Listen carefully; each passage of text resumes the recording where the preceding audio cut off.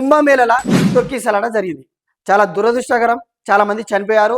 దానికి యావత్ భారతదేశం మొత్తం చింతించింది. అది ఓకే బాధ. కానీ అక్కడి ప్రభుత్వాన్ని బీజేపీ ప్రభుత్వం ఉంది కాబట్టి మీరు కరెక్ట్ చర్యలు తీసుకుంటే ఈ విధంగా చనిపోతుండేనా? ప్రభుత్వానికి సిగ్గు శరం ఉందా?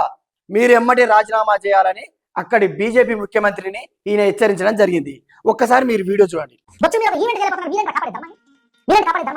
ఒక ఈవెంట్ వెళ్ళిపోతున్నారు. ఒక మతపరమైన ఒక గ్రూప్ అందరూ కలిసి ఏర్పాటు చేసుకుని ఏర్పాట్లు చేసి ప్రభుత్వ పరంగా ఒక ఈవెంట్ వెళ్ళిపోతున్నారు. మీరు ధర్మాన్ని కాపాడతారా? మీరు ప్రభుత్వం ఎట్లా నడపాలో తెలియకపోతే చేత కాదు మాకని చెప్పి వదిలేండి. 30 మందికి పైగా మనుషులు చనిపోతే ఒక్కరు మాట్లాడడం, ఒక్క మెయిన్ స్ట్రీమ్ మీడియా దీని మీద ఒక కథనం చేయడం, ఆ ముఖ్యమంత్రిని ప్రశ్నించే దమ్ము లేదు ఎవరికి, భారతీయ జనతా పార్టీ మీద ధైర్యం లేదు ఎవరికి.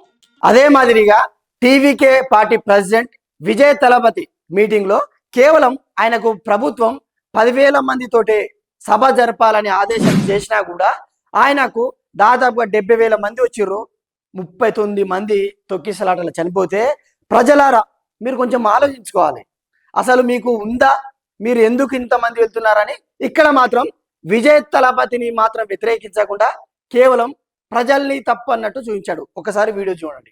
ప్రజల యొక్క బాధ్యత. మనం ఒక ర్యాలీకి వెళ్ళినప్పుడు మనం చిన్న చిన్న లైన్స్ లోకి మనం నెట్టు పెడతాం, బ్యారికేడ్ వేస్తారు, మనం ముందు కదలనీరు, మనందరం గుంపులుగా అక్కడ నిలబడతాం. అంటే ఆ ప్రజల్లో తొక్కిసలాట జరిగితే చచ్చిపోయే సిచువేషన్ మనమే క్రియేట్ చేస్తాం. క్రౌడ్ డిసిప్లిన్ అనేది వీక్నెస్ కాదు, దట్ ఈస్ సర్వైవల్.